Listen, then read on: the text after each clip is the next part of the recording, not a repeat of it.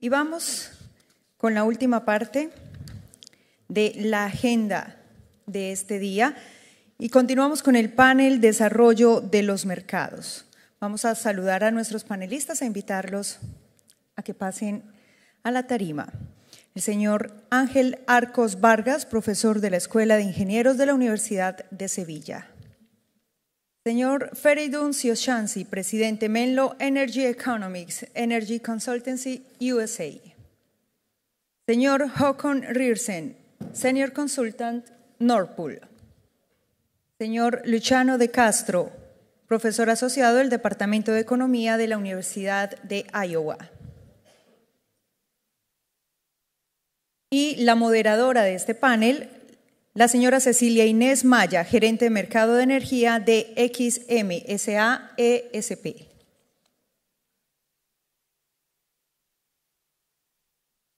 Bueno, creo que todos estamos muy de acuerdo que tenemos un grupo acá de panelistas que tenemos que aprovechar para cerrar esta tarde en todo este espacio que hemos hablado de mercado y aprender muchísimo de todos ellos.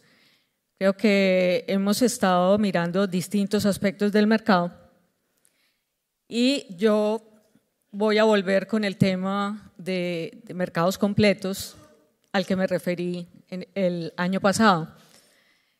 Ese bebé que nació del matrimonio que nos describió Håkon entre la economía y la ingeniería es justamente el tema de mercados completos. O sea, los mercados llegaron en los 80, en realidad, académicos con un background en ingeniería eléctrica empezaron a mirar el tema de mercados con interés y como una alternativa que consideraban podría lograr una prestación de los servicios de manera más eficiente y de lo que yo conozco, por lo menos, me devuelvo a 1982, un señor Schwib, un académico de apellido Schwib, que luego lo vimos en muchos otros papers, se refirió a este tema. ¿Qué tal si para atender los servicios eléctricos nosotros incorporáramos mercados? Y ahí empezó toda esta interrelación entre ingeniería eléctrica y economía. Allí tenemos una gráfica de cómo se ven los mercados completos hoy. Pero recordemos cuál es ese concepto, porque lo expliqué el año pasado, pero vale la pena repetirlo. Los mercados completos son aquellos que a nosotros nos dan todas las opciones, nos abren todas las opciones posibles, de manera tal que podamos escoger el nivel de riesgo que queremos enfrentar. Håkon, por ejemplo, me explicaba que en Noruega los usuarios se sienten muy cómodos enfrentándose a la volatilidad del precio spot y les gusta, como lo vieron, ser muy activos, participar con respuesta a la demanda, se sienten cómodos así. Sabemos que la volatilidad del precio spot es la más alta que podemos enfrentar y en varios mercados, el nuestro entre ellos, puede llegar a ascender a un 10% diario. Eso es bastante volatilidad para absorber por parte de una entidad. Entonces yo puedo escoger estar en ese extremo, enfrentarme a todo ese nivel de volatilidad, o me puedo ir al otro extremo, que es estar totalmente cubierto, tener un presupuesto que sé que voy a cumplir o tener unos flujos de ingresos que me van a permitir garantizar el repago de un proyecto de inversión y además hacer dinero, por supuesto, ganar en esa inversión. Entonces, entre esos dos extremos de enfrentar toda la volatilidad del spot o cubrirse totalmente al 100%, nos podemos mover. Cada quien en un mercado completo puede escoger dónde, en qué nivel de riesgo pararse, ¿sí? Y por eso es que es tan importante. Entonces, se convierte en un benchmark o un referente a donde queremos llegar. Ahora, el tema es que la tecnología, como lo han visto toda esta tarde, ha avanzado muchísimo. Entonces, cuando presentamos esta diapositiva de mercados completos, si la buscan por allá el año pasado, era más cortica. Tocó agregarle cosas para este año. Ya en mercados completos estamos hablando no solo el año pasado tenía los mercados de capacidad, en el caso nuestro el cargo por confiabilidad es la versión que tenemos hoy, los mercados OTC y mercados de derivados, llamados mercados organizados, porque permiten la gestión del riesgo, no solo del riesgo de precio, que era el que estaba hablando ahorita, sino también del riesgo de liquidez, como nos describía ahora Luciano, y también del riesgo crediticio, que se gestiona a través de cámaras de riesgo. De una manera centralizada se gestiona también el riesgo crediticio. Entonces esa es la virtud que tienen los mercados organizados y ese es el segundo eslabón que veíamos también y hablamos además extensamente con Håkon acerca de eso, porque Nord Pool fue el primer mercado financiero y fue el ejemplo el que nos dio esa idea brillante al mundo. Luego tenemos el mercado para el día siguiente. En realidad, cuando este señor Schwab hablaba por allá en los 80, incorporemos mercados, solo estaba pensando en el mercado spot, en el mercado para el día siguiente. Para él ese era el alcance. Entonces, si esta diapositiva ustedes la hubieran visto en los 80, tendría solo esa bolita, solo ese puntico, no sería nada más. Luego, todas estas energías de las que hemos estado hablando, renovables no convencionales que llamamos nosotros, que generan tanta intermitencia y con ella una mayor volatilidad, pues nos han llevado a pensar que es necesario mercados intradiarios, muy cercanos a la operación real. Eso es lo que queremos, que se valoren todos los recursos disponibles muy cercanos a la operación real. Y no solo eso, sino que además cuando yo voy a gestionar mi riesgo, vuelvo con el tema de mercados completos, pues yo tenga un mercado en el que ante variaciones en la generación que yo voy a tener, pues yo pueda hacer unas ofertas de precios más atinadas, no correr el riesgo de hacerlas con 16 horas de antelación, que es lo que como opera nuestro mercado hoy.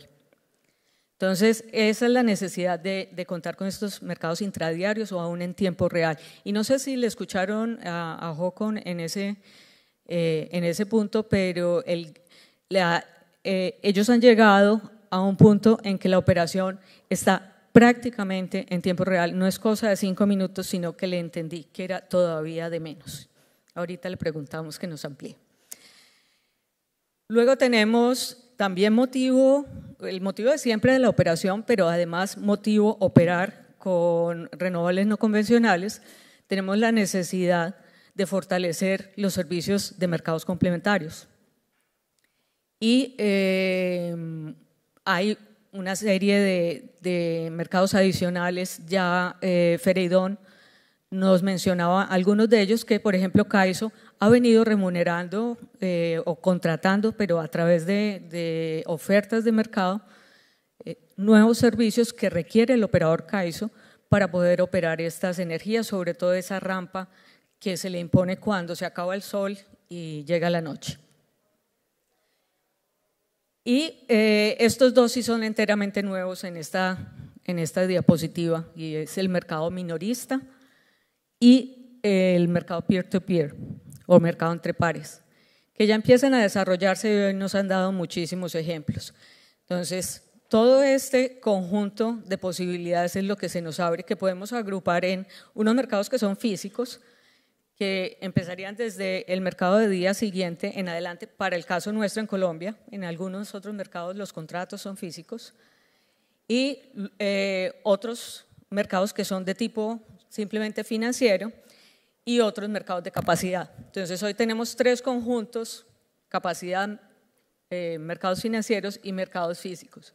En los mercados físicos la característica que tienen es que cuenta no solo el tema de ofertas de precios, sino que también es necesario o una declaración de disponibilidad o inclusive ofertas de disponibilidad, como hay en algunos mercados.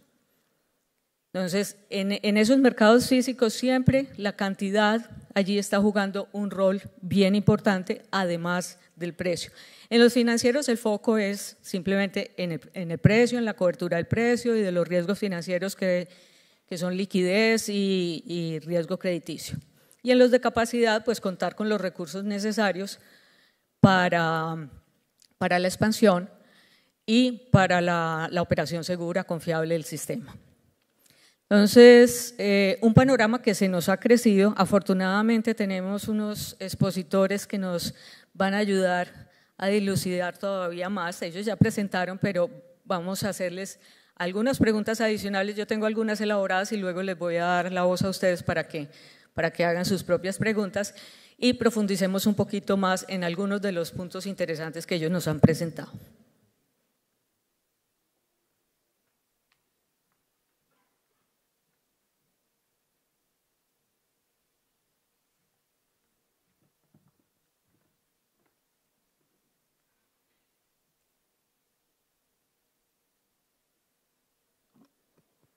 Aló. Ángel, vamos a empezar contigo.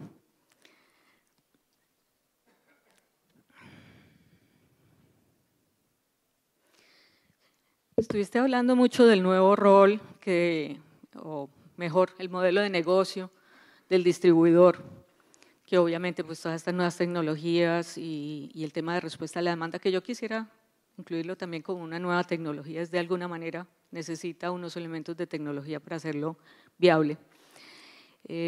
Pues el distribuidor se enfrenta definitivamente a un negocio que está cambiando. Entre otras cosas, en la encuesta que nos hiciste por la mañana, yo quiero aventurarme con una hipótesis de por qué Colombia contestó distinto al resto de Latinoamérica.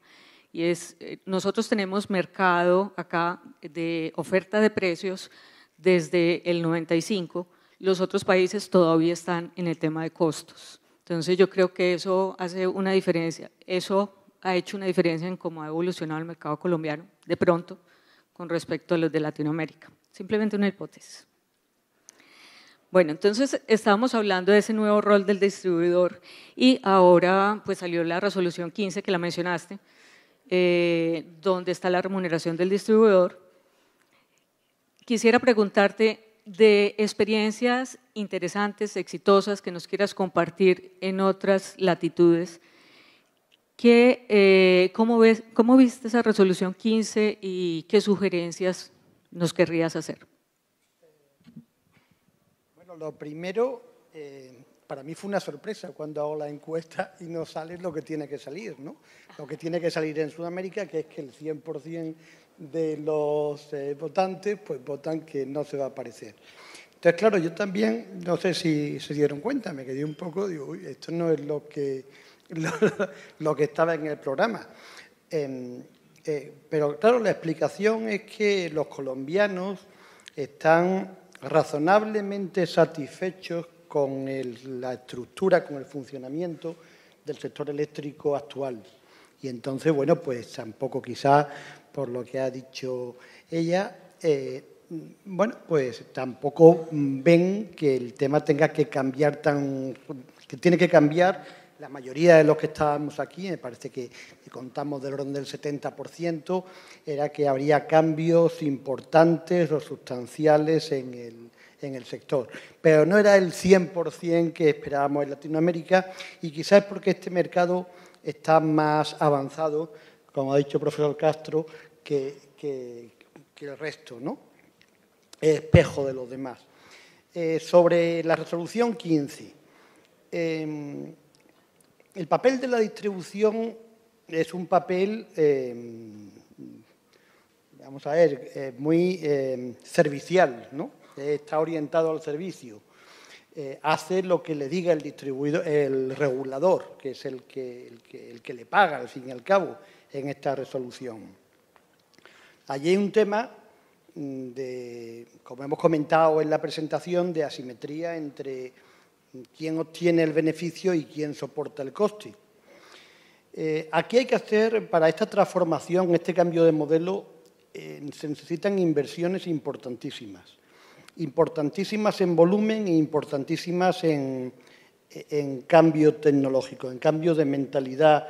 No se trata de hacer más líneas iguales de 220.000 de transmisión, sino se trata de cambiar la tecnología, el modelo, un cambio importante, que no es cómodo para las empresas con muchos años. Nosotros, hablando de experiencias, como me preguntaba la moderadora, nosotros lo que veíamos es que para Europa, hicimos un estudio para Europa, no teníamos datos de las regulaciones americanas o de otros países, pero podemos ampliarlos y nos podemos encontrar esos datos. Lo que estuvimos viendo es que ceteris paribus, como dicen los economistas, ¿no? Pues a mayor retribución de la distribución, mejor calidad de servicio. Pero había determinados factores que afectaban a esa eficiencia. Es decir, había países en Europa donde que prestaban una calidad de servicio mayor que la retribución, que el coste que representaban para el sistema. La conclusión del estudio fue que los países más eficientes, bueno, era bastante predecible, eran los que la retribución estaba basada en incentivos en vez de en costes reconocidos. Y quizá eso podría ser un campo a explorar en la resolución 15. Es decir, había como un 15% más, estimamos también la elasticidad, calidad de servicio o retribución, es decir, cuánto mejoraba la calidad de servicio en porcentaje por cada 1% que crecía la retribución de la distribución. Entonces veíamos que había mecanismos basados en incentivos. Hay un premio Nobel de Economía que habla de eso. Se trata de hacer que los incentivos trabajen para ti. ¿Cuáles son los incentivos ahora? Pues los incentivos pueden ser reducir las pérdidas eléctricas, blancas y negras, que decían esta mañana, pueden ser fomentar la penetración de renovables, mejorar la calidad de servicio. Entonces se trata de que esta retribución de la distribución no sea bueno, pues por kilovatio hora o por kilovatio de potencia o por metro por kilómetro de línea o megavatio de subestación, sino que sea por otros objetivos. Porque el modelo futuro ya no será de una retribución ni un pago para el cliente por kilovatio hora, ni kilovatio, sino será desde mi punto de vista, una retribución por servicio, por garantía. Entonces, si quieren no prolongarlo más, luego seguimos hablando. Muy bien, muy interesante. Freidón, con relación, la misma pregunta, pero con relación a operadores de mercado, administradores de mercado, ¿cuál sería el rol del futuro? ¿Qué se nos ve haciendo en el futuro a quienes operamos el sistema del mercado? A los ISO. Thank you very much for the question. California may be advanced in some areas, but somewhat backward in other areas. For example, we had a competitive retail market, but as you remember, back in 2000, 2001, the market crashed, and we have gone back to basically rate of return regulation at the distribution level. So we have a disconnect at one level, a lot of advancements, a lot of interesting things happening. At another level, most retail customers pay rate of return, flat tariffs. I have a smart meter for many years, but I still pay flat rates. You can go to website and see my detailed usage as you showed, but nobody's making use of that today. So California is interesting at an interesting position as it makes advances in some areas and not so much in other areas. But back to your question, and also to add to what the professor was saying, Professor Arcos, I also see that the future, if we believe that the future is moving towards more prosumers and prosumagers and behind-the-meter developments, I think the concept of paying for kilowatt hours becomes increasingly irrelevant for two reasons. One is that consumers are not going to use very many kilowatt hours, and second, most of the kilowatt hours in, say, California will come from renewables, which will have zero cost or very, very small cost. So I think distribution companies have to recover their expenses primarily from fixed fees. which right now don't exist in California. My utility doesn't charge me anything if I didn't use kilowatt hours. My bill is entirely volumetric. So if I go on a long holiday like you are, and I unplug all my devices, my bill will be zero. So this is the big challenge, I think, for many utilities, certainly in California. I think we need to move towards a model where customers pay for connectivity to the network, for backup, for balancing services, for voltage support, for resilience, all those things. So the model is very much, I think, moving towards a membership in a gym. When you're a member, you pay a monthly fee or annual fee, and it doesn't matter whether you use the gym every day or once a month or once a year. The privilege of being a member essentially, I think, becomes very important in the electricity sector. So this is one of the big things that I think is going to happen in the next few years. I don't know if that answers your question at the wholesale level and at the market level, but maybe we can come back to that. Gracias. Håkon, no estoy segura si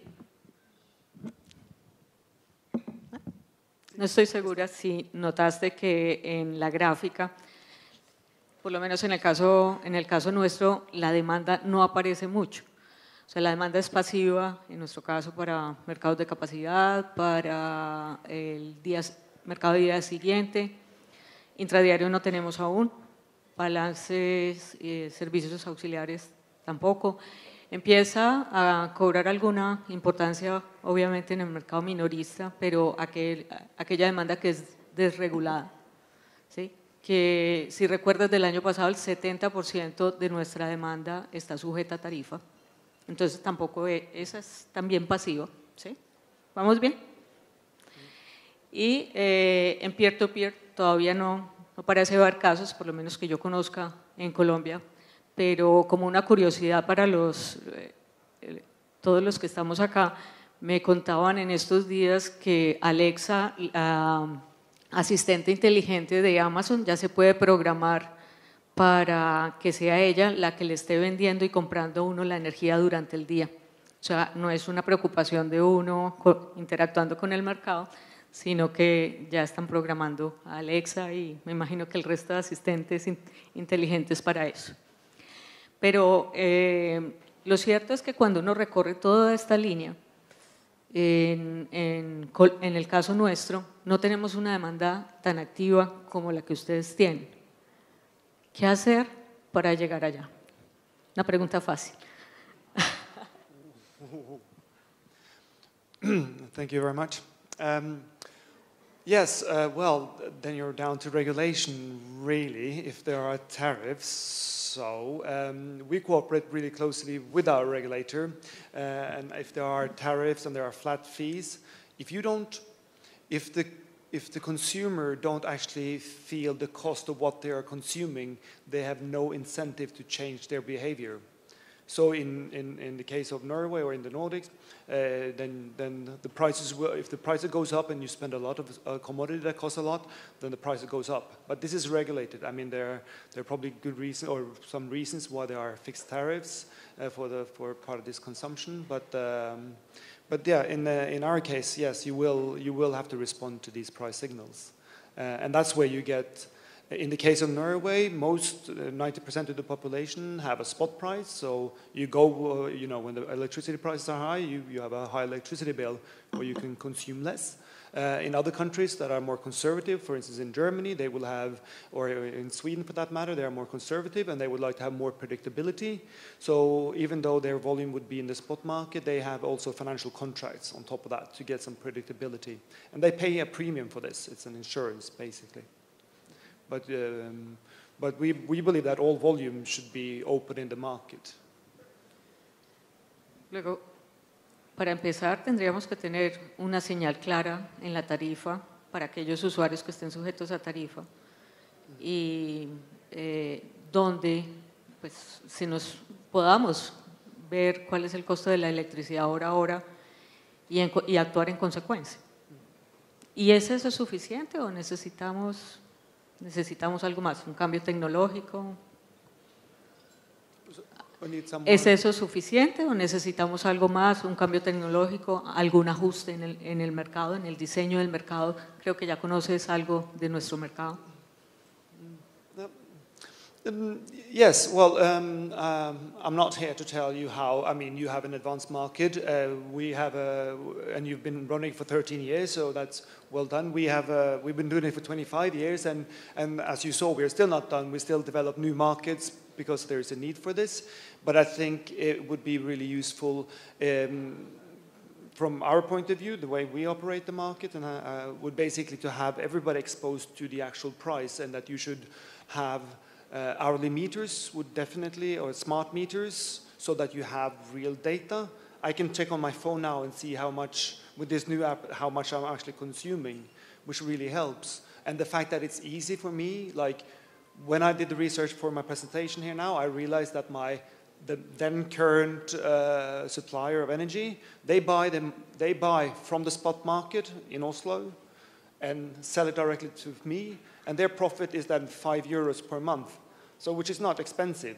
But I realized that they did an average per month, so immediately I changed my supplier, and that takes me 3 minutes. So you need to have an open competition between all the suppliers and also in the retail market, and it needs to be optimal this way.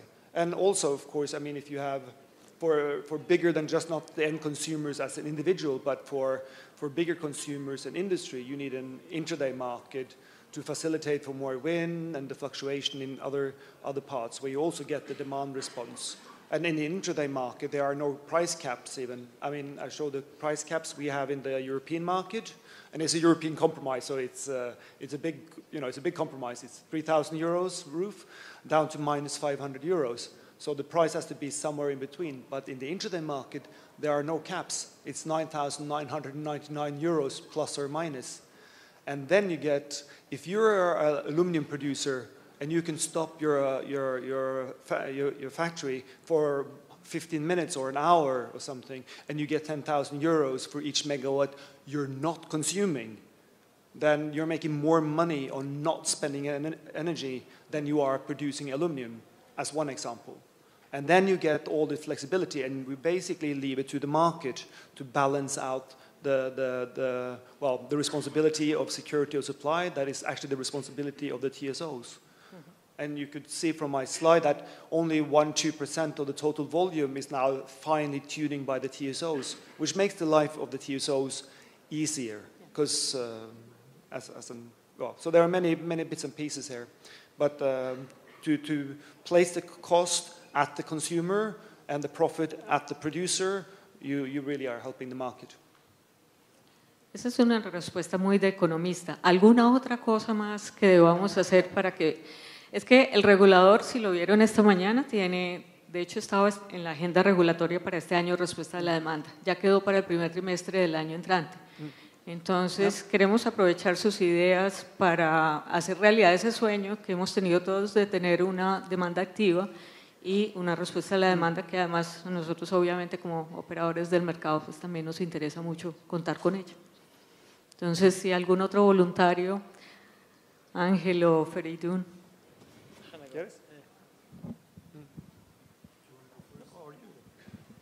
I will make a quick comment. I think one of the interesting challenges, which should be obvious, is individual consumers. Even though people like us would be interested in looking at our daily usage and making adjustments, just because we're professors or studying or in the market, the average consumer doesn't find electricity all that exciting and engaging. So I think this is why the role of aggregators and these intermediaries that I mentioned very briefly becomes very important. So a company like the virtual power plant that I mentioned, the German company, or I can mention companies in San Francisco area. There's one called STEM, for example, which is focused on industrial and commercial customers. So what they do is not only follow individual meters, but individual devices within customers' premises. They remotely monitor and optimize, not just the individual customers, but the portfolio of customers that they have. So I think this is the future. It's not bothering individual customers to go and check their thermostat and adjust, but allowing customers to delegate that function to a third party, which I call an orchestrator or aggregator or whatever name you want, an intermediary of some sort. And those players, because they can manage a large scale of number of assets, that becomes valuable. You know, the margin in this business, as I think the professor would agree, is very thin. So, you know, saving one customer $3 a month in the US would just not get very many people excited. But if you get 5 million customers, it's a different story. So I think it's all about scale. It's all about managing large portfolios of behind-the-meter assets. I see that as a huge area and big potential for making changes and improvements.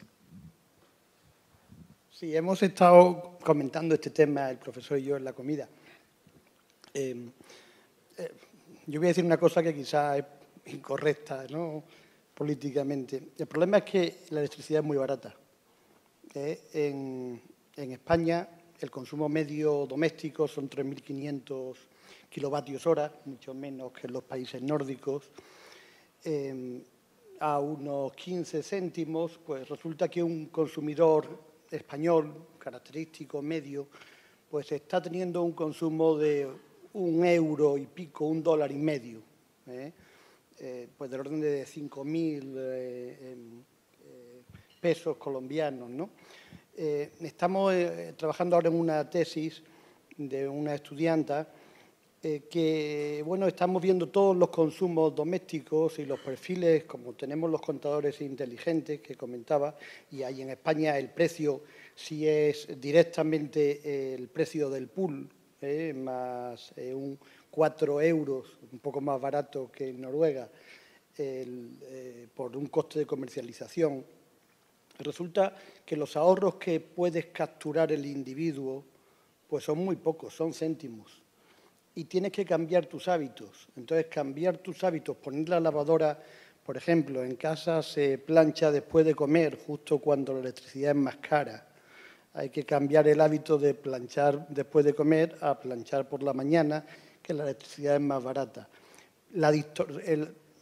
Hay una diferencia de precio grande, importante, a lo mejor del 30%, del 40%, depende de la temporada. La distorsión del kilovatio que puedas ahorrar ahí es tan pequeña comparada con el coste del cambio de hábitos que al consumidor individual, como decía el profesor, no le conviene. Si agregamos a millones, a un universo de toda España, 30 millones de consumidores, ya los números empiezan a salir. El problema es que los individuos respondemos a incentivos. Entonces, aunque el conjunto sea grande, el tema de cambiar tus hábitos, como, hombre, lo puede hacer el asistente de Amazon o de cualquier otro, pero si tienes que cambiar tus hábitos o que te limiten tu capacidad, como decía Friedman, ¿no?, el individuo quiere elegir. Y entonces le da igual, hombre, si va a renunciar a su capacidad de elección por $20, $30, pero lo que le va a representar son céntimos y entonces el incentivo no es suficiente. Entonces habrá que buscar otros mecanismos, pero el de mercado parece que no da la respuesta necesaria. Los agregadores, sí, el agregador captura, pero el que renuncia es el cliente, que al final lo que le puede dar el agregador son céntimos a lo sumo. Entonces yo ahí le veo un camino, la elasticidad seguirá siendo pequeña, seguirá siendo rígida, ¿no? Håkon, ¿qué piensas?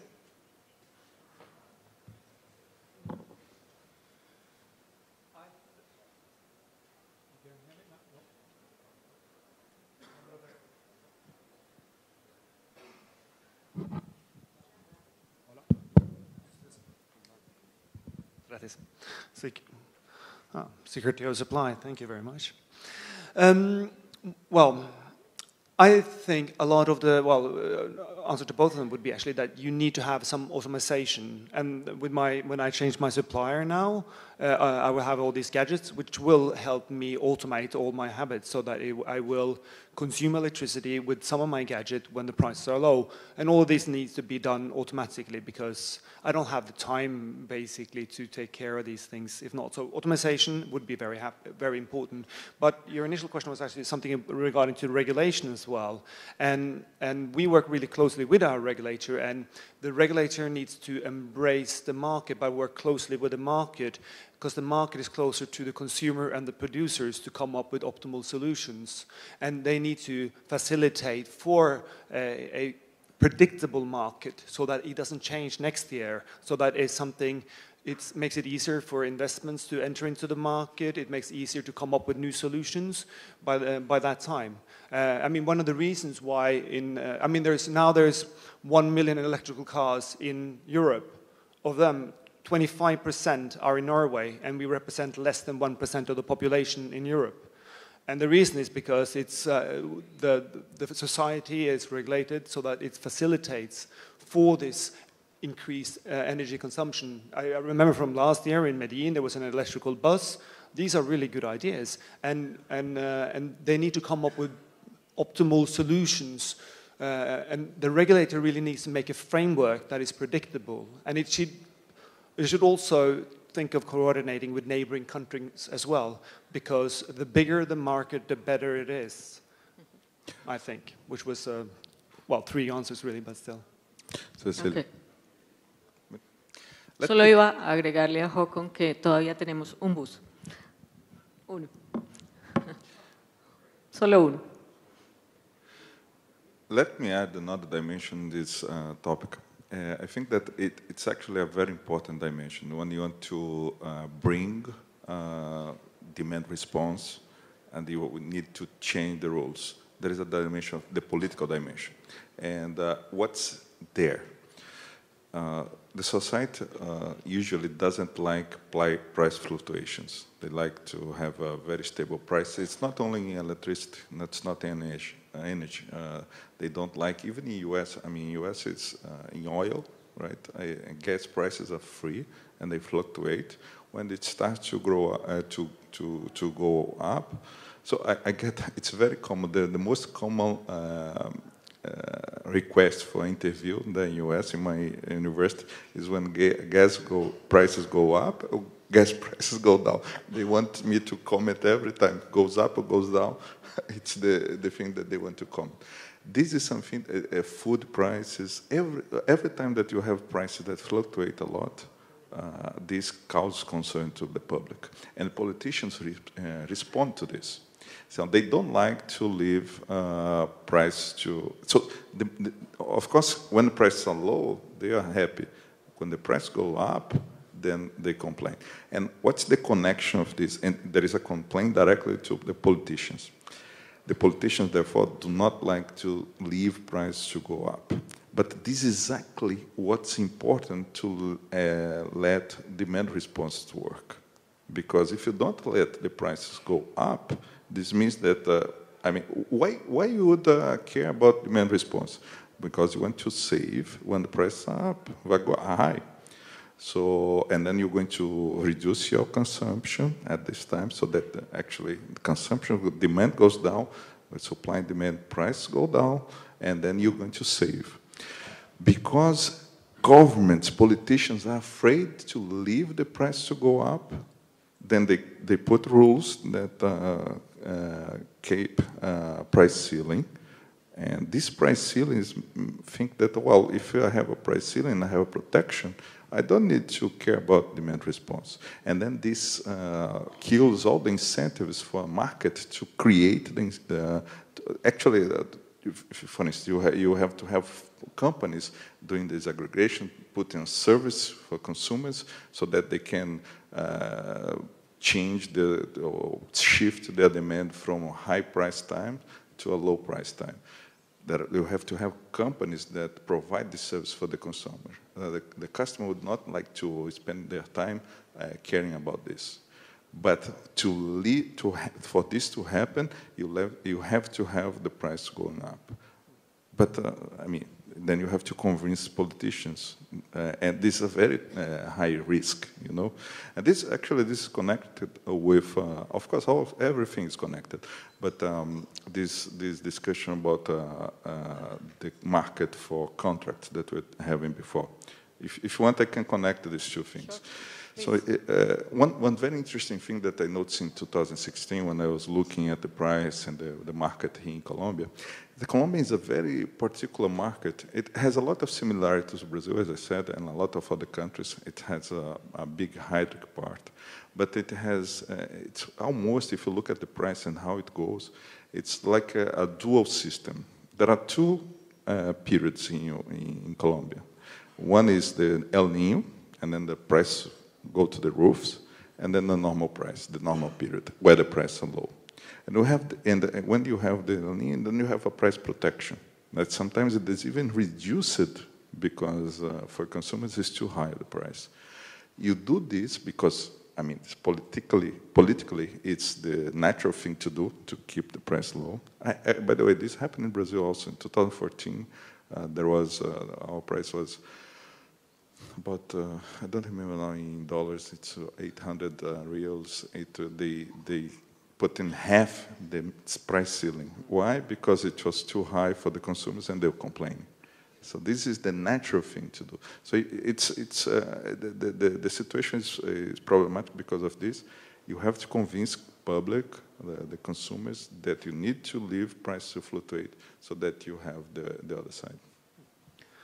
This, if I can just supplement it, this seems to be a universal tendency, because we always, our communication department always get called for a lot from the media in the middle of the winter when the prices are really high, always. And now during the winter, or this summer when we had our first drought ever, then when the prices were like winter price in the middle of the summer, which we've never had before, that's when there's a lot of interest. People become conscious of this, and all of a sudden, even though in fact the price of energy is really cheap in Norway because of all the hydropower and renewable energy, people become conscious of this. And this drives up new ideas of how to respond to this price demand, which brings us back to the regulation part on tariffs and such, because if you subsidize energy and the consumer don't feel the price of the actual price of energy, then somebody else is paying for this, which is unfair, really. Either you can reduce the tax on energy, then you can help, if there are certain consumers that should have lower price for social reasons, for instance, you can reduce the tax, but don't touch the price of energy. That should be very transparent, and that should be affected to all.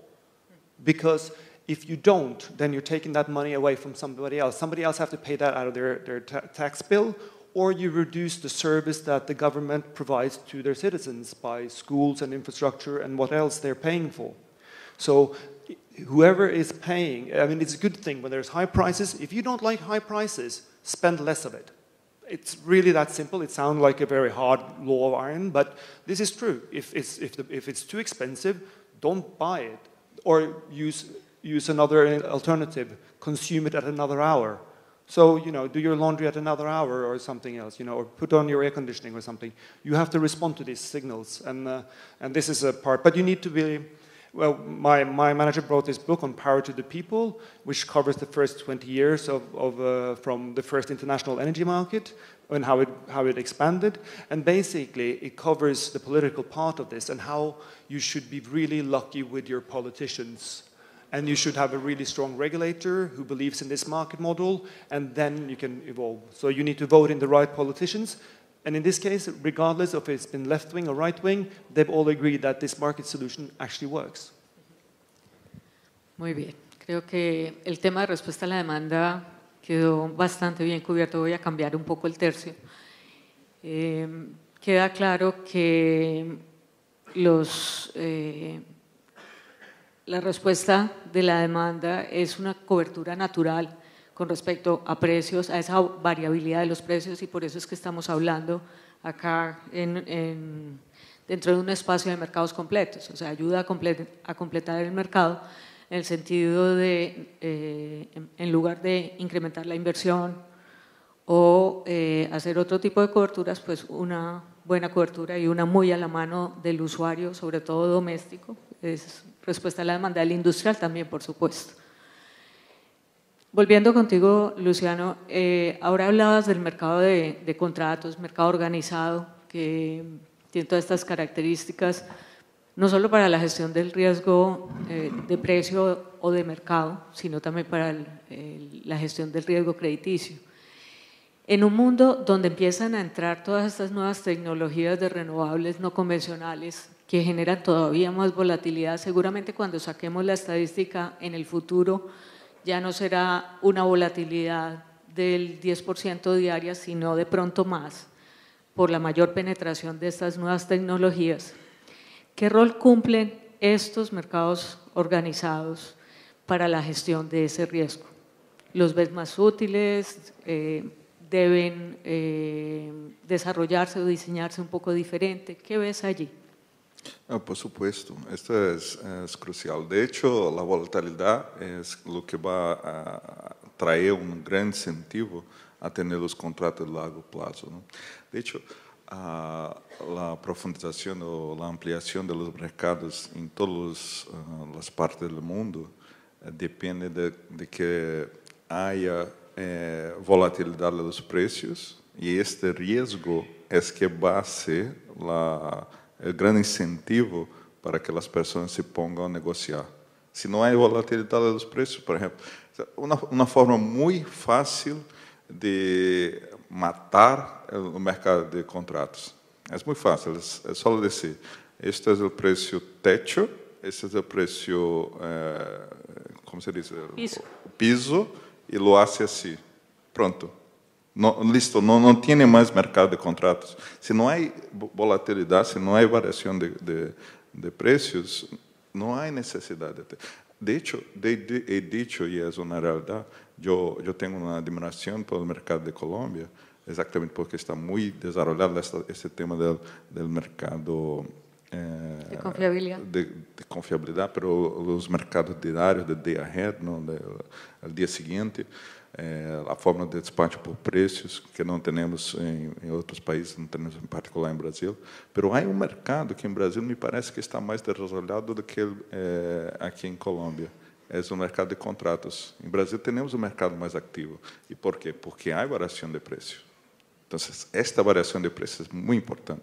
Então, quando pensamos ou seja, o hecho de que há volatilidade dos preços é exatamente a razão, uma das razões muito importantes que fazem com que os agentes, e são os dois, não só os generadores, como também os consumidores, mas também uma outra classe de agentes que é muito importante para que os contratos se desenvolvam. São mercados financeiros, não é exposto ali. É importante que há especuladores. Essa é uma coisa muito curiosa, porque se compreende, bueno, especuladores não estão aí só para ser plata. Não, os especuladores têm um papel importantíssimo nesses mercados, porque traz liquidez, traz profundidade ao mercado. Então, é importante que haja operadores financeiros, especuladores, que vão fazer com que o mercado funcione melhor, não? E eles vão vir só se há volatilidade. Então, esta parte é algo que, incluso, é uma contribuição importante ao desenvolvimento dos mercados. E nós outros, quando passamos, eu tenho a formação primeiro em engenheiro, não? E logo, como professor de economia, eu vejo as duas coisas. Os preços, por exemplo, que se sacam dos programas são multiplicadores de Lagrange, né? E os engenheiros pensam que são preços. Não, multiplicadores de Lagrange não são preços. E a outra coisa é que, mesmo quando há preços, por exemplo, se põe os preços locais, não, quando local node price, não, essas coisas. Preços nodales. Preços nodales. Não necessariamente estes preços, que são, de hecho, calculados por programas que saem, de hecho, são multiplicadores de Lagrange, não dão necessariamente os incentivos corretos ao desenvolvimento. Então, mirar os incentivos é um exercício muito interessante. Pero a conexão com tu pergunta é exatamente essa. A volatilidade é incentivo muito importante para o desenvolvimento dos mercados. Muy bien, y yo cierro con esta pregunta para Fereidón, que nos contó del caso de la ley de California, donde las nuevas construcciones deberán llevar paneles solares. ¿Habrá alguna otra manera que no sea obligando para lograr ese mismo resultado?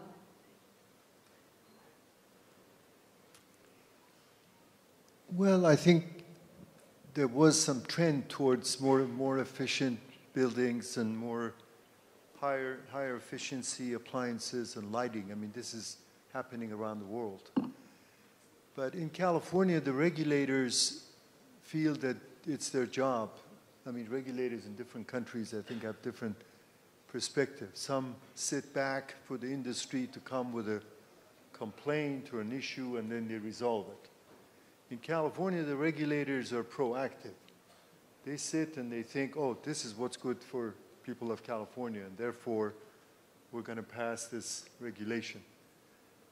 I mean, I'm exaggerating a little, but from the governor who signed this bill on carbon neutrality, you know, he decided, and I agree with him, you know, that climate change is a big issue, and California, being a prosperous state, should do something about it, even though it's not going to help very much the global issue. But so the two regulatory agencies, we have California Public Utilities Commission, which sets the rates, and they're very, very active in passing regulation.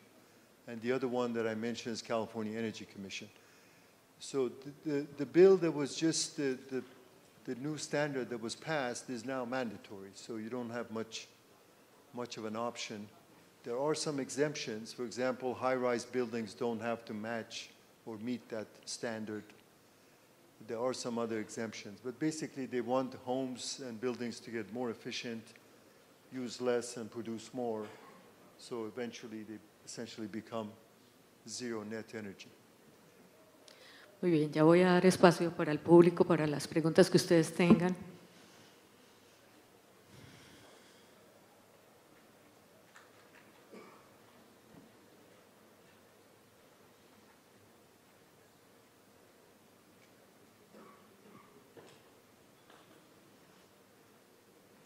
Dejamos el mercado completo. Ya está resuelto. Bueno, yo sí tengo más preguntas mientras se animan. Aprovecho. Me gostaria só adicionar comentário sobre o que ha dicho Mr. Xiao-Chan hace un rato sobre a formação de preço, ¿no? Entonces, por exemplo, ha dicho que el precio, estamos caminhando a uma situação donde el precio de energía va a ser un gym fee, ¿no? O sea, essa parte, exatamente, há uma razão que está por trás disso, e se mira, vai em contra da outra observação que has hecho da volatilidade, ¿no? Então, entender as duas partes. Qual é a força que nos leva a esta situação? Quando se põe renováveis, vindo cada vez mais forte e tendo preço marginal zero, praticamente zero, não há custo marginal, todo o custo está no fijo, não, em desenvolvimento dos equipamentos, se põe os equipos aí, não, tanto os painéis solares, wind turbines, e já está, não, e o custo de produção se põe zero. Se tem uma situação que vamos a isto, não, os custos em geral têm que ser fijos e logo não haverá mais variação nos custos marginais. Então, a volatilidade que falávamos antes, não, o que está por detrás disso é exatamente incluso o papel que há em los custos marginais.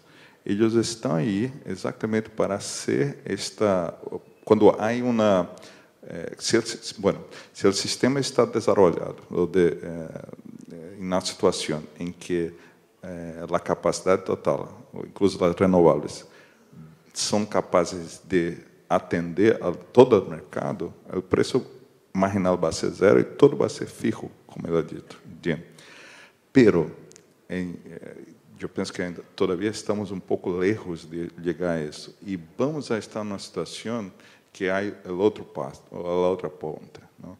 Que é a necessidade, incluso de outras tecnologias que vão estar juntas e vão ter que, nestes momentos em que as renováveis não são suficientes para atender toda a demanda, vai ter que pagar as outras, incluso os preços marginais, para cobri-las. E esta vai dar a variação.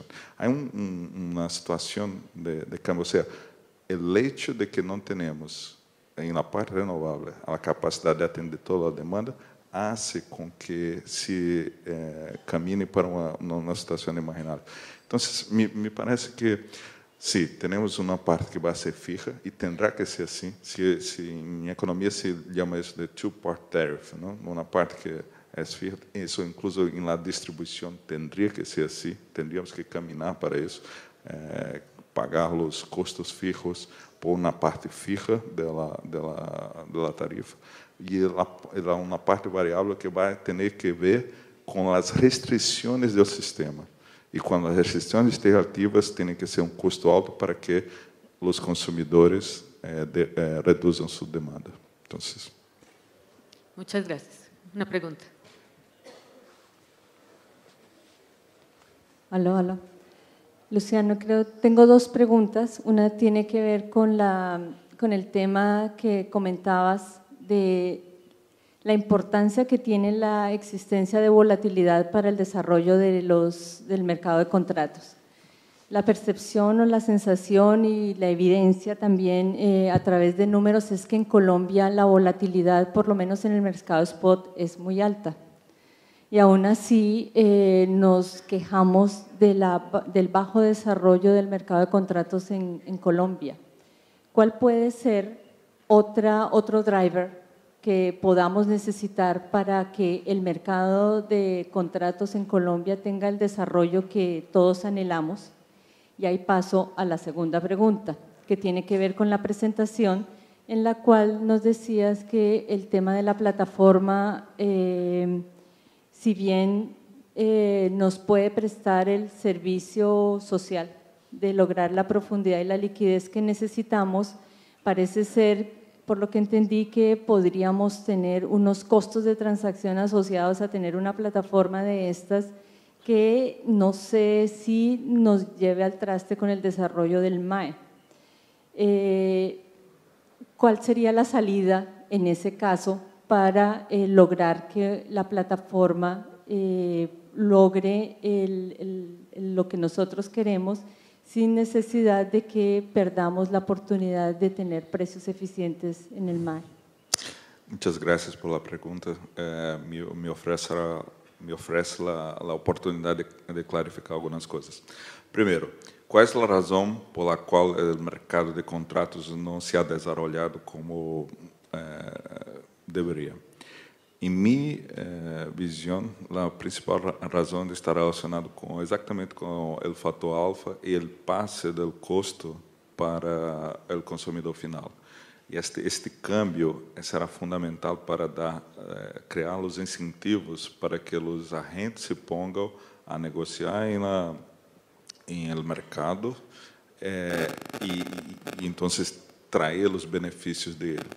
O hecho de que se pueda fazer o repasse dos custos a los consumidores finais em las transações bilaterais, mas não no mercado, isso põe incentivo adverso muito forte. Essa é quizá a resposta que veio agora para a tua primeira pergunta. A segunda, eu hice a observação sobre as plataformas, não?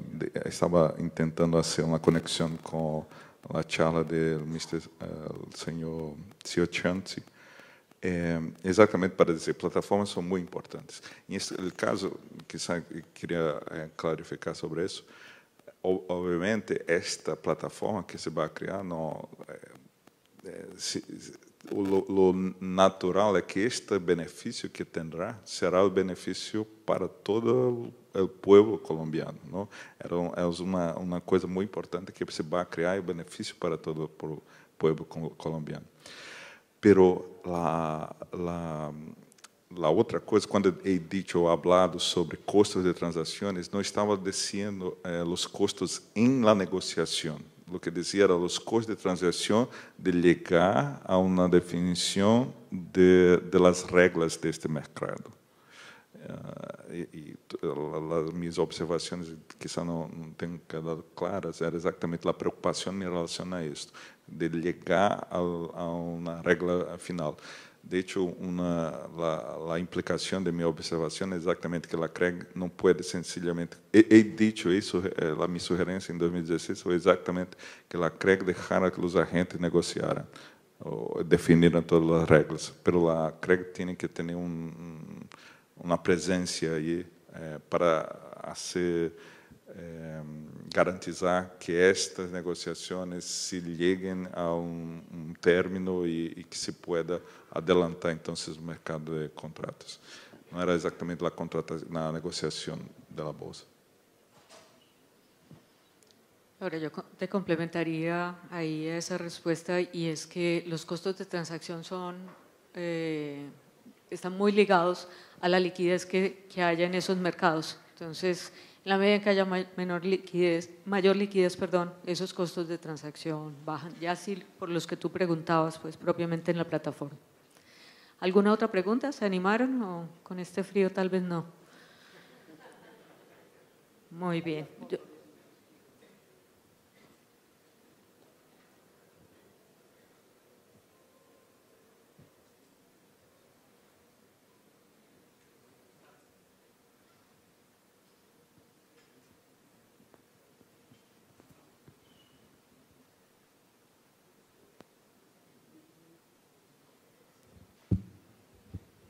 Cuando veíamos el mercado de Nord Pool, veíamos un mercado intradiario que cuando se comparaba con el mercado del día siguiente tenía unos volúmenes mucho más bajos.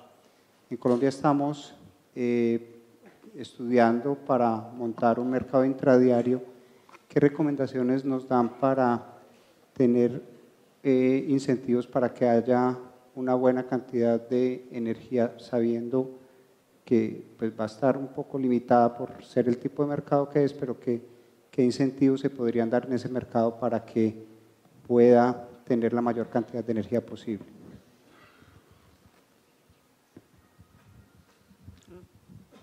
That is a very good question. Must be said though, the intraday market is not a market in isolation from the day-ahead market. When you submit your order in the day-ahead market, 12 hours before delivery starts, at 12 o'clock, then you're legally obliged to nominate to the best of your ability. If you have to nominate how much you think you will produce or consume every hour the following day. If you're not able to honor your commitment to produce, let's say 100 megawatt every hour the next 24 hours for the following day, that's when you start trading intraday market. Or there are two reasons why you trade in intraday market. So you will reduce your risk. Because if you're not in balance by the time it goes to delivery, then the reserve markets operated by the TSOs will ensure that you will be in balance. And then you will have to pay probably a much higher price. And that price is something you get a lot later. While in the intraday market, it's a live market. It's like an auction. It's not an auction like in the day-ahead market, but it's a continuous market. So the price you see on the screen is what you get. So you reduce your risk, even though you don't know what price you will have in the balancing market. The more you trade in the intraday market, the less volume will end up in the balancing market or the reserve markets, which then again would reduce your exposure to extreme high or low prices or unfavorable prices in the intraday market.